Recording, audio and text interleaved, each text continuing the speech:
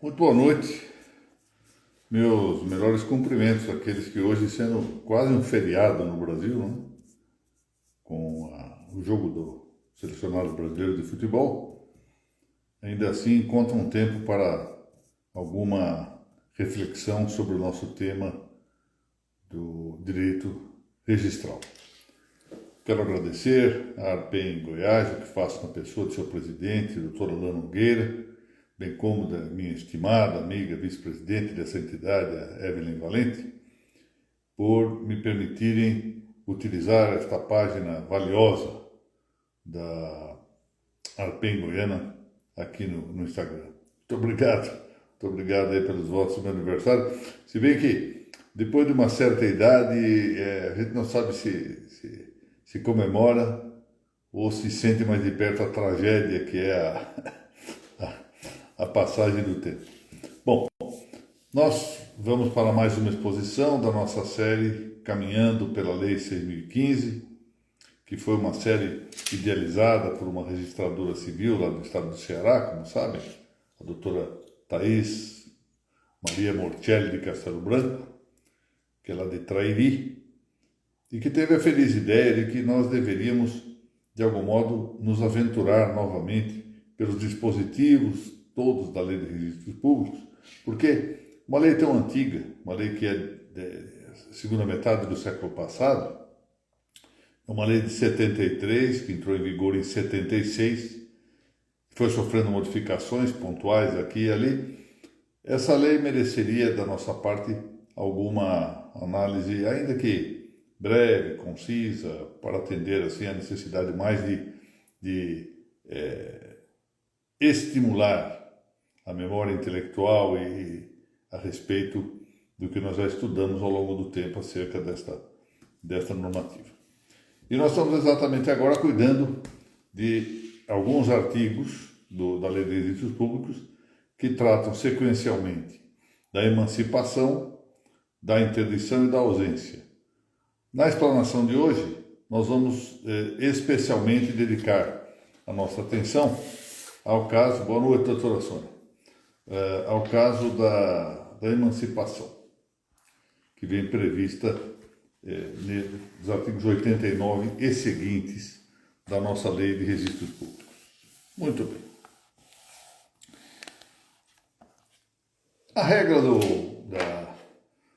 nosso Código Civil, de 2002, a norma que está no artigo 5º deste Código, representa uma forma que se denomina emancipação, que consiste na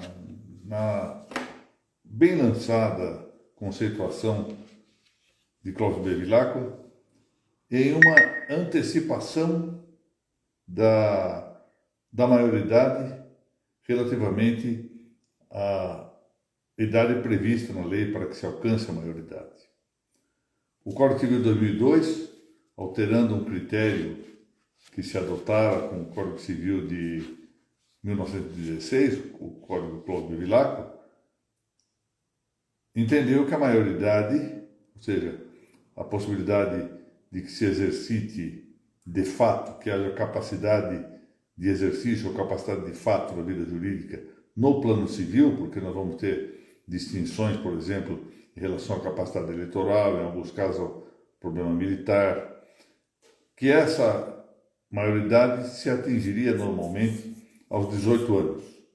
No Código de 1916, como sabe, essa maioridade era atingida apenas com a idade de 21 anos. Bom, essa é a regra. E a emancipação, que é o instituto de que nós vamos tratar hoje para cogitar de como essa emancipação se registra, é uma forma de antecipar essa maioridade. É uma forma pois, prematurar, ou seja, dar antecipação à maioridade que só se atingiria com 18 anos. Então se admite, em princípio, no certo, costuma-se dizer que a partir dos 16, mas não é bem assim, pelo menos teoricamente não é bem assim. Mas normalmente, portanto, com menos idade do que 18, alguém antecipa essa maioridade. E, ao mesmo tempo, ao antecipar essa maioridade, há um aspecto negativo a considerar. Então, se do aspecto positivo é uma antecipação da capacidade de fato, da capacidade de exercício, no aspecto negativo, a emancipação consiste em fazer cessar o que antigamente se chamava de pátrio poder, ou seja, a potestade familiar. Bom, então vamos aceitar, porque está muito bem formulada e é sintética, tem essa vantagem de ser bem fácil de memorizar, este conceito dado por Cláudio Bevilacqua. A emancipação é a antecipação da maioridade em vista da fixação legal. Volto a dizer, no Brasil a maioridade se atinge no plano civil com 18 anos, em muitos países é assim também, 18 anos, mas essa regra não é uma regra de direito natural. O que o direito natural aí vai indicar-nos é a necessidade de fixar uma data para isso. Mas qual será essa data? Isso depende de uma série de circunstâncias. Tradição do país, circunstâncias de aprendizado, grau civilizatório e assim por diante. E, por exemplo, em alguns países essa maioridade se atinge só aos 21 anos, em outros 23. Em alguns chega a fixar essa maioridade com 25 anos de idade. E o Brasil adota agora a ideia de que se atinge com 18 anos. Mas antes disso, portanto, antes de atingir essa idade, é possível, de variada maneira, que se faça essa antecipação da capacidade de agir, a capacidade de fato, a capacidade de exercício, portanto, adotando-se uma prematuração da maioridade que está prevista na lei. Muito bem. Dada essa definição breve de Cláudio Bevilacqua, adotado, portanto, esse conceito como bastante adequado, nós temos que pensar na divisão da emancipação. Como se divide a emancipação? De que modo pode ser a emancipação? Bom, a emancipação pode ser voluntária, pode ser judicial e pode ser legal. Ela é voluntária quando os pais concedem em que deva antecipar-se a maioridade do filho. Nós vamos voltar já para esclarecer como isso se faz, qual a instrumentação que deve ser levada para o registro civil, que é o que nos interessa ao comentar a lei de registros públicos. Mas, enfim, chama-se emancipação voluntária, essa é uma parte subjetiva da emancipação, aquela em que os pais são os que promovem, de acordo com a sua própria vontade, com o seu consentimento, essa antecipação da maioridade do filho. Chama-se emancipação judicial, aquela em que o juiz decide essa emancipação nos casos em que o menor está sob tutela. Então, nesse caso, não pode haver um mero consentimento do tutor, mas é preciso que haja um processo, que é um processo de jurisdição voluntária, previsto no Código de Processo Civil, em que se ouve o tutor, se ouve o Ministério Público e o juiz decide de acordo com o interesse do menor. É o único caso de tutela judicial. Nós vamos depois esclarecer que, em relação à tutela voluntária, à emancipação voluntária, muitas vezes pode haver intervenção judicial, mas não significa que a emancipação será judicial, ela continuará sendo uma emancipação voluntária. E também a emancipação legal, que deriva, diz o Código Civil, no artigo 5º, que ela se dá pelo casamento, pelo exercício de emprego público efetivo, pela colação de grau em curso de ensino superior ou pelo estabelecimento civil ou comercial ou existência de relação de emprego, desde que, em função deles, o menor com 16 anos completos tenha economia própria. Bom, vamos ver aqui o que diz o nosso código, a nossa lei de registros públicos, sobretudo em atenção à primeira das hipóteses que está prevista no parágrafo único do artigo 5º do Código Civil, que é a emancipação voluntária, que é a que se dá pela concessão dos pais ou de um deles na falta do outro, mediante instrumento público, independentemente de homologação judicial.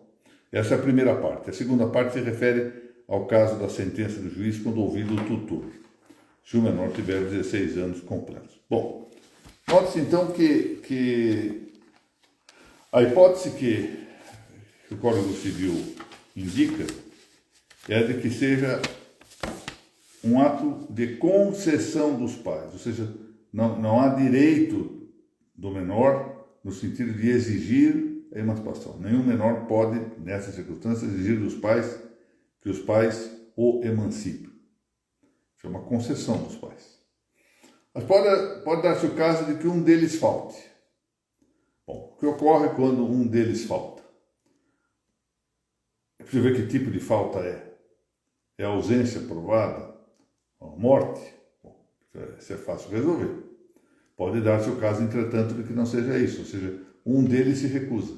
Um concorda, o pai concorda, a mãe discorda. Ou a mãe concorda, o pai discorda. Nesse caso, pode haver uma ação, ou quando a ausência de um dos pais não puder ser caracterizada como ausência ou morte, etc., nesse caso especial, há intervenção judicial. Essa intervenção judicial se dá por meio de um suplemento. Boa noite, doutor Bruno. Muito obrigado por sua presença. Estou vendo também a professora Isolda aqui, a quem quero fazer minha saudação, dirigir minha saudação. Então, nesse caso, notem que a emancipação não se torna emancipação judicial.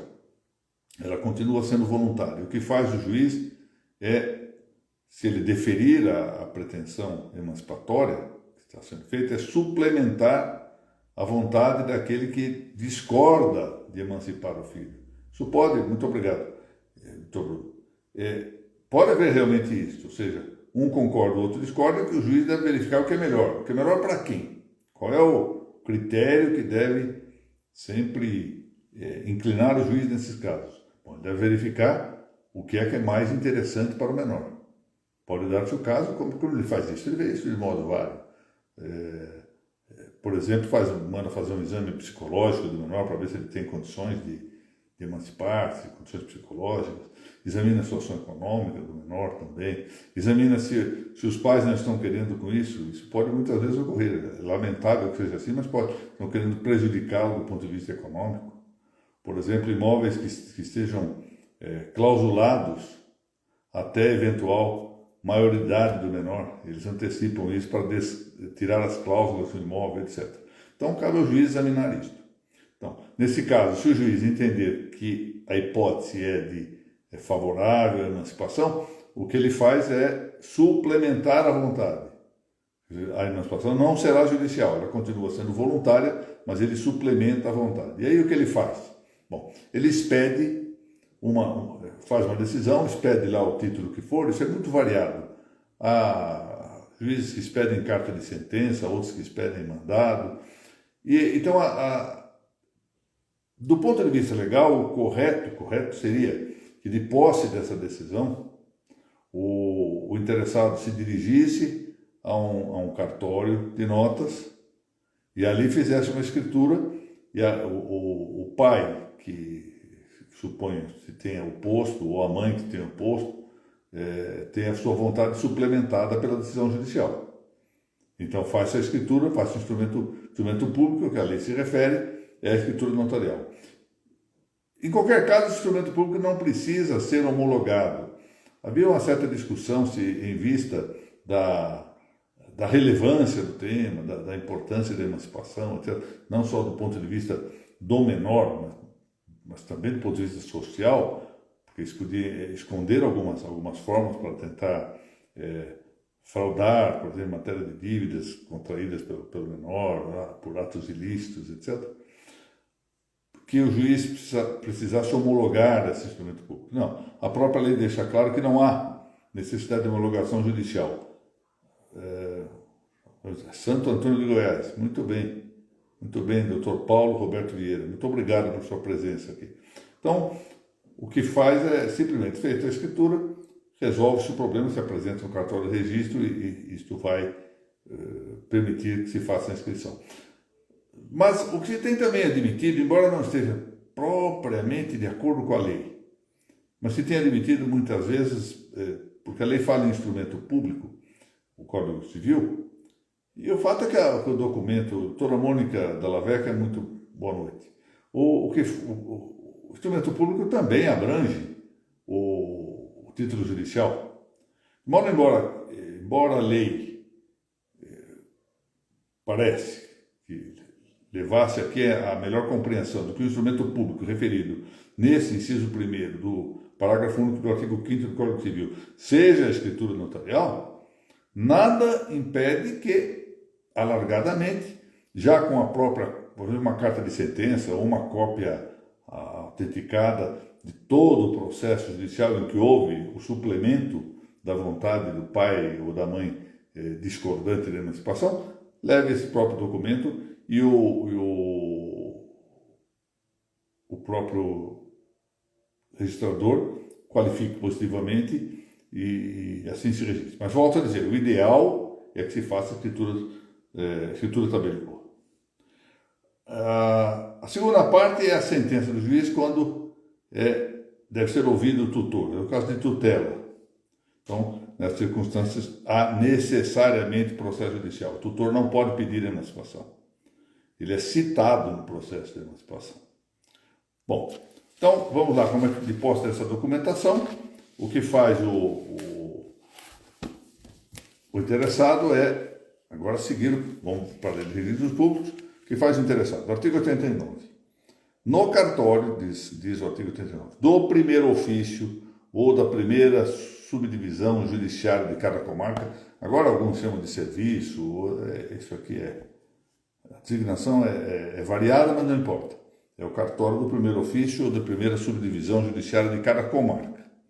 Serão registrados em livro especial as sentenças de emancipação, bem como os atos dos pais, aquele que vai para o instrumento público, né, que a concederem em relação aos menores nela domiciliados. Então, o critério da competência territorial é a do domicílio do menor. Então, eu fico sabendo qual o cartório competente mediante a referência ao domicílio do menor, que é o interessado nesse ato. Bom, como é que se faz o registro? O artigo 90 vem dizer: o registro será feito mediante trasladação da sentença, oferecida em certidão, então traslado, ou do instrumento. O que, na verdade, depois vem dizer, bom, não é bem assim, trasladação, mas não é bem assim, diz a lei. Limitando-se, se for escritura pública, às referências da data, livro, folha e ofício em que for lavrado, sem dependência, em qualquer dos casos, da presença de testemunhas, mas com a assinatura do apresentante. Quem é o apresentante? Isso é uma matéria muito, muito discutível, se qualquer pessoa pode apresentar, por exemplo, uma escritura notarial de emancipação. Há quem entenda que sim, e a questão estaria resolvida por essa amplitude. Há quem entenda que não. E sendo esses que entendem que não, tentam perquirir, na verdade, qual o interesse que tem em alguém que apresenta o requerimento, a rogação, para que se registre a emancipação.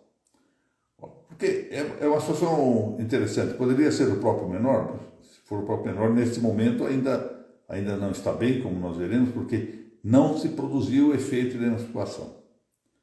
Seria só, portanto, só os pais, ou eventualmente o tutor, no caso, na segunda parte do inciso 1º do parágrafo único do artigo 5º do Código Civil.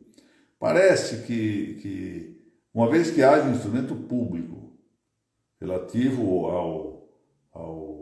à emancipação, com ou sem suplemento judicial, naqueles casos em que o suplemento é exigido, ou então uma sentença judicial no caso da tutela, que nós vamos ver que aqui há até mesmo uma obrigação do próprio juiz suprir esse dado, parece que qualquer pessoa pode apresentar. A meu ver, essa é a solução que me parece correta. Qualquer pessoa pode apresentar essa documentação e, então, a única diferença é que o apresentante deve assinar também o termo, deve assinar o assento por força do que está no artigo 90 da Lei de Registros Públicos.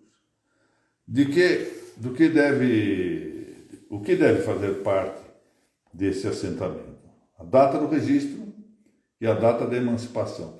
O que isso quer dizer data da emancipação? Na verdade, é a data do título da emancipação. A data do título, porque nós vamos ver aqui no parágrafo único do artigo seguinte, que é o artigo 91, que antes do registro a emancipação, em qualquer caso, não produzirá efeito. Portanto, é de entender que quando se fala aqui data da emancipação, isso quer dizer a data do título da emancipação, ou seja, data do instrumento público, notarial, que se fez, ou quando se considere bastante suprir por meio de um título judicial, nessas ações de suplemento, a data da sentença que encerrou o processo. Então parece que é essa a ideia. Também nome, prenome, idade, filiação, profissão, naturalidade e residência do emancipado. Data e cartório em que foi registrado o seu nascimento. Esse dado é importante. Data e cartório em que foi registrado o seu nascimento. Por que é importante? Para localizar o assento de nascimento. Isso facilita localizar o assento de nascimento. Eu sei qual é o cartório e sei qual é a data do seu nascimento.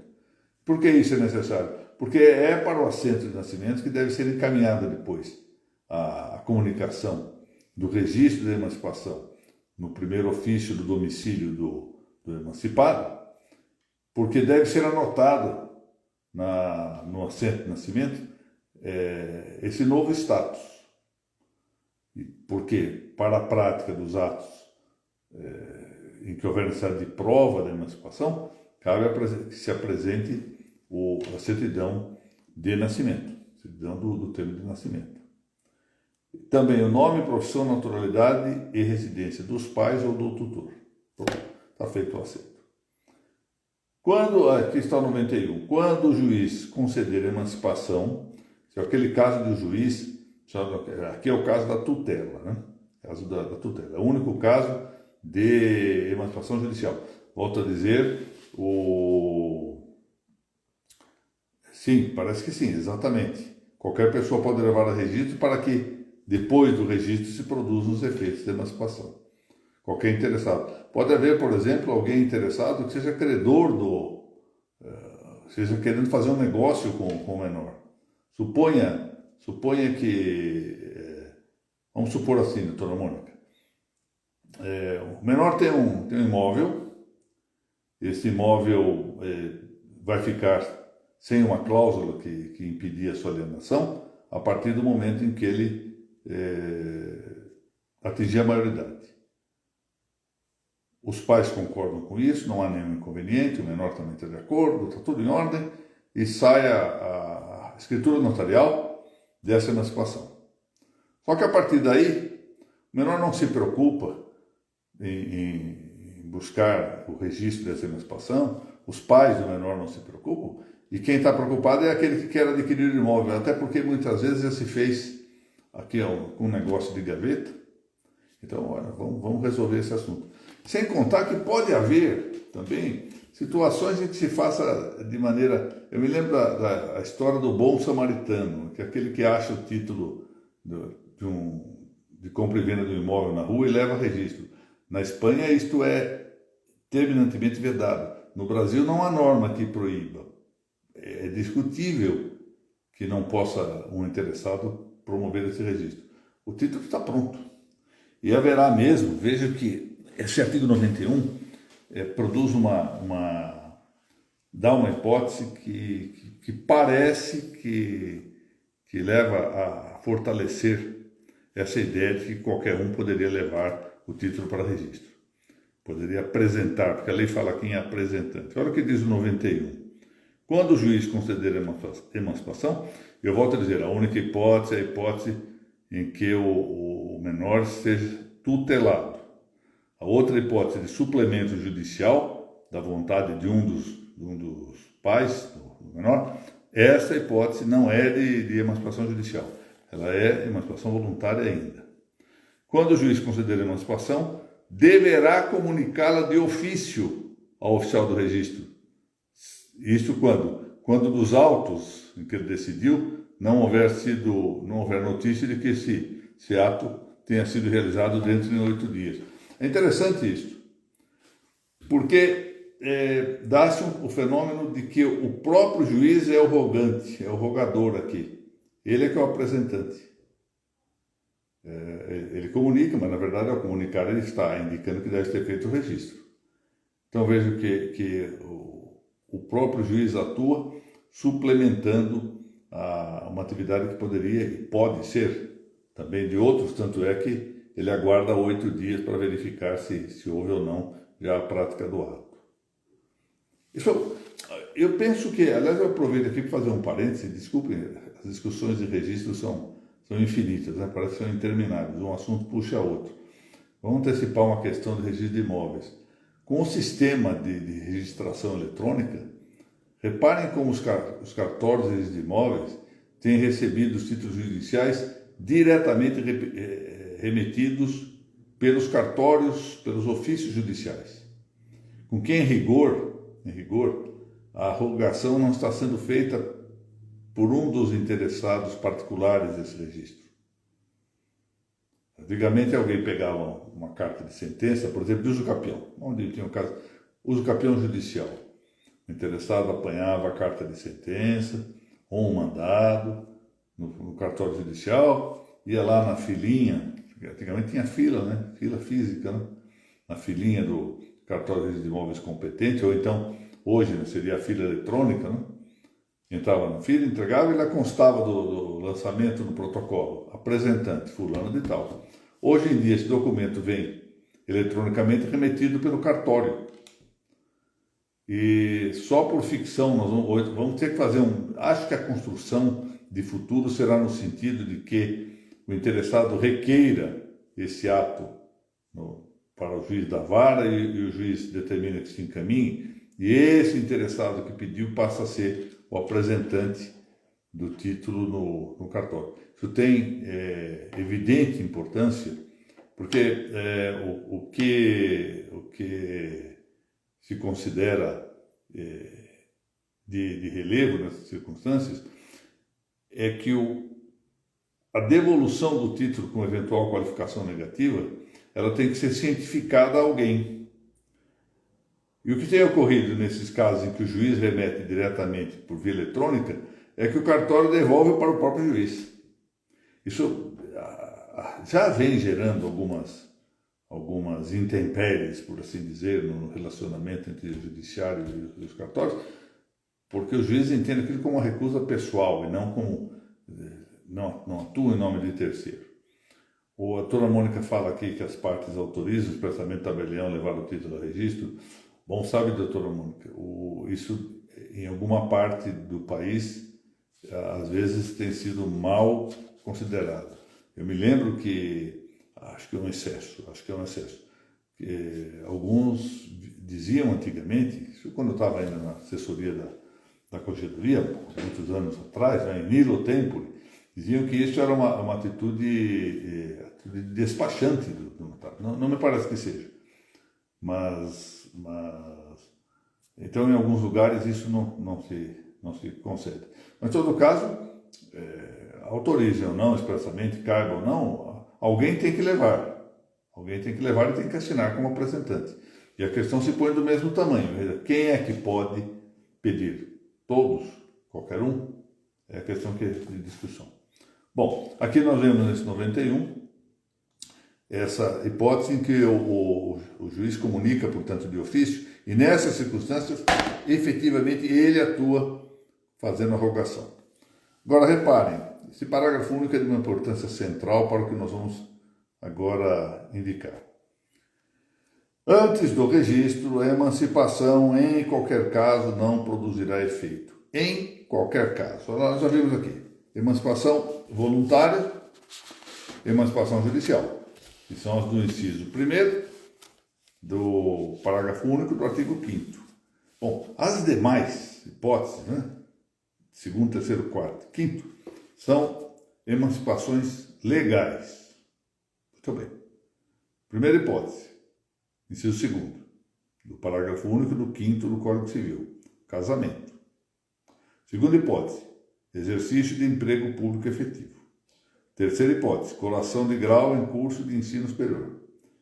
Quinta hipótese, pelo estabelecimento civil ou comercial. Já vamos ver já isso um pouco melhor.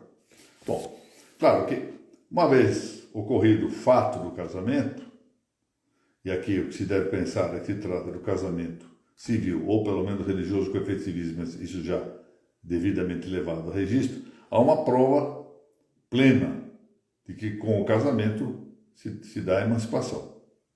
Então, o casamento deve ser anotado também no assento de nascimento. Em princípio, isto pareceria bastar para que todo mundo saiba que houve emancipação, mas eu não vejo demasia em que se faça constar isso expressamente. Não vejo demasia. As publicidades que são publicidades emanadas da própria lei, em princípio, não devem ser levadas a registro, claro. Mas, em alguns casos, como forma de esclarecimento, pode parecer razoável. Aqui é uma hipótese dessa. Segundo, exercício de emprego público efetivo. Também, desde que se prove. A jurisprudência pretoriana tem controvertido se há necessidade de que esse emprego público seja de cargo, efetivamente, ou se pode ser simples função, e assim por diante. Isso é matéria de direito civil que nós não vamos aqui discutir muito a fundo. Colação de grau em curso de ensino superior. É raro que se conceda, antes dos 18 anos, a colação de grau em curso de ensino superior.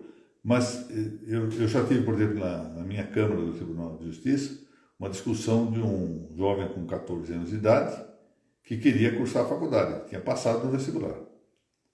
Então, possível é. Alguns cursos superiores têm 3 anos e, portanto, pode haver, no caso como eu mencionei, alguém que antes de completar 18 anos também já colhe grau em curso de ensino superior, mas é muito raro. A hipótese que mais nos interessa é a do inciso 5º, eu vou explicar por quê.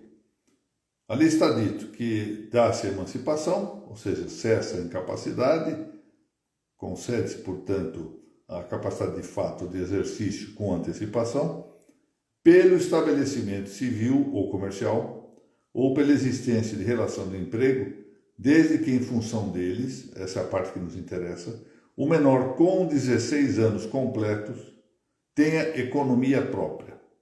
Bom, essa é a grande dificuldade. Eu posso, por exemplo, levar uma prova razoável ao registrador de que tem um estabelecimento comercial em meu nome, por exemplo, menor, né? Ou prova uma relação de emprego. O problema, que acho difícil de ser provado documentalmente ao registrador, é que ele tem economia própria, o menor. Teoricamente é possível, poderia levar, por exemplo, extratos bancários, ou algum outro tipo de prova do patrimônio, etc.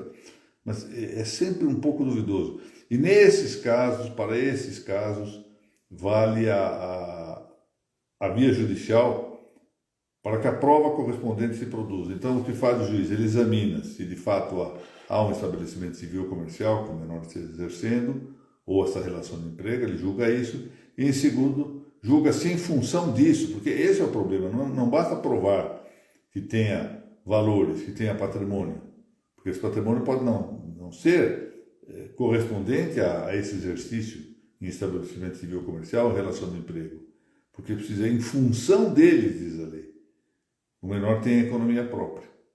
E então o juiz vai avaliar que tipo de economia própria é essa, se ela é oriunda dessas atividades, se o valor atingido apresenta uma adequação para que se atinja o desiderato de proteger o menor, que é sempre isso se faz no interesse do menor. Então, mais uma hipótese de suplemento judicial. Mas notem bem, continua sendo emancipação legal. Apenas o juiz examina o cabimento da concessão do registro dessa emancipação nessas circunstâncias.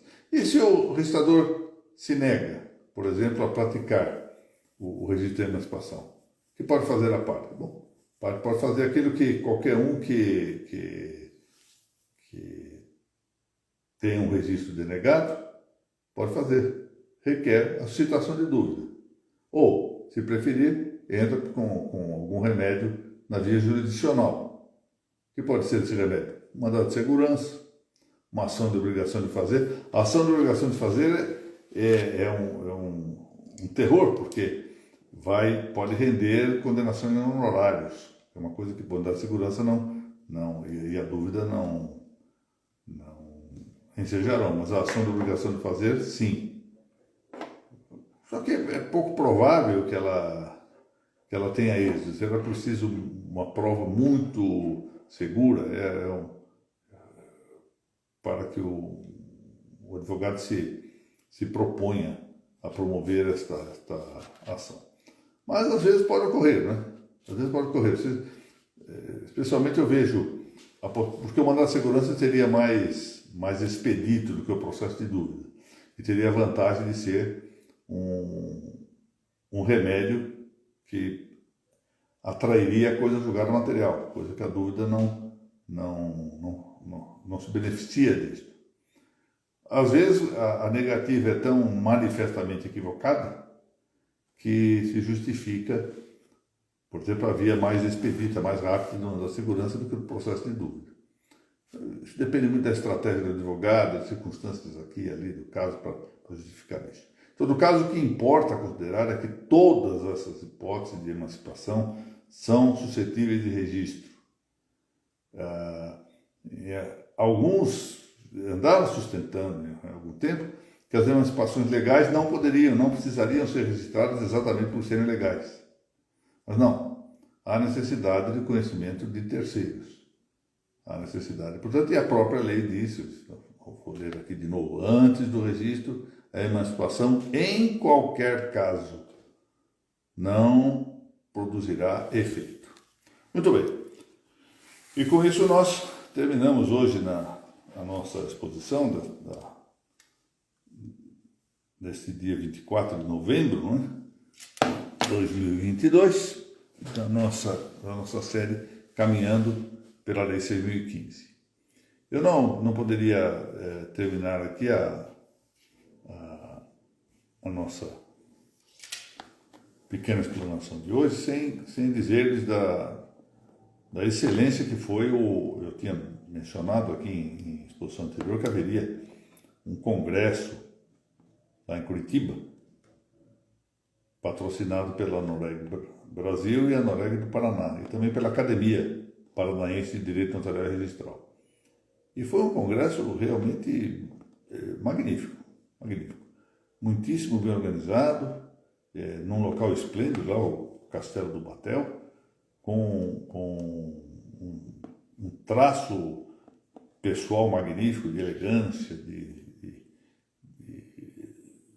tratamento muito cortês de todos os servidores que lá estavam e tudo, muito bem organizado pela Noreg do Paraná e com um traço interessante, esse me pareceu digno de nota, ou seja, um congresso que voltou as atenções para a parte científica do direito notarial e registral, examinou também do ponto de vista dogmático uma e outra coisa, alguns pontos, não deixou de fazer alguma referência, ainda que talvez secundária, ao tema político-institucional, e até mesmo houve uma exposição no Congresso que foi propriamente sociologia jurídica, a propósito da importância do protesto da certidão de dívida ativa. Foi um trabalho de sociologia, mesmo, mostrando os resultados sociológicos desse protesto. De maneira que eu fiquei satisfeito porque, enfim, fez-se um congresso em que, aos poucos, nós vamos voltando às atenções que são necessárias para a ciência do direito notarial, a ciência do direito registral. Nós precisamos retornar, regredir a essas posições originárias, retomarmos o estudo dos fundamentos, dos pilares, de par com a dogmática. Não se nega. Eu aqui mesmo nessas nossas aulas que tenho feito dogmática jurídica, não ciência do direito notarial e registral. Mas acho que está na hora de nós voltarmos as atenções aos estudos, ou seja, retomar aquele velho bordão, né, que era do dos beneditinos, ora et labora, ou seja, rezar e trabalhar, estudar. Então, joelho no chão e livro na mão. Portanto, eu fico muito satisfeito, publicamente aqui quero parabenizar mais uma vez, já o fiz mais de uma ocasião depois desse congresso, a Noreg do Paraná e a Noreg do Brasil, pela excelência do congresso realizado. E aqui, agradecer a presença de todos, aqueles que muito me alegram e me honram em despender seu valioso tempo aqui com algumas incursões na área dos registros públicos, e em particular agradecer ao Dr. Alan Nogueira, presidente da ARPEN do Estado de Goiás, e a minha amiga, doutora Evelyn Valente, por me propiciarem a oportunidade de poder expor algumas ideias aqui nesse nosso grupo. Voltamos dentro de 15 dias, aí vamos tratar da interdição e da ausência, que provavelmente de maneira mais curta, vamos ter a ocasião de então progredir mais rapidamente para outros temas. Muito obrigado a todos, tenham um bom resto de semana e que Deus nos abençoe.